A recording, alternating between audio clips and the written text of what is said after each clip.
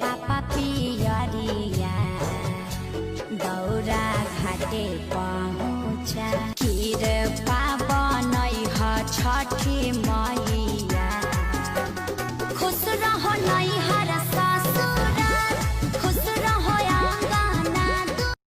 कोसी भारे चलाली गौरा दे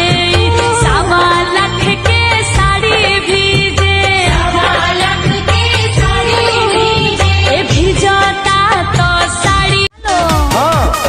हेलो राजा जी प्रणाम करतानी छठ करे के इंतजाम करतानी हेलो राजा जी प्रणाम करतानी छठ करे के इंतजाम करतानी रउआ हाली से टिकट कटानी कैसे के घरे हम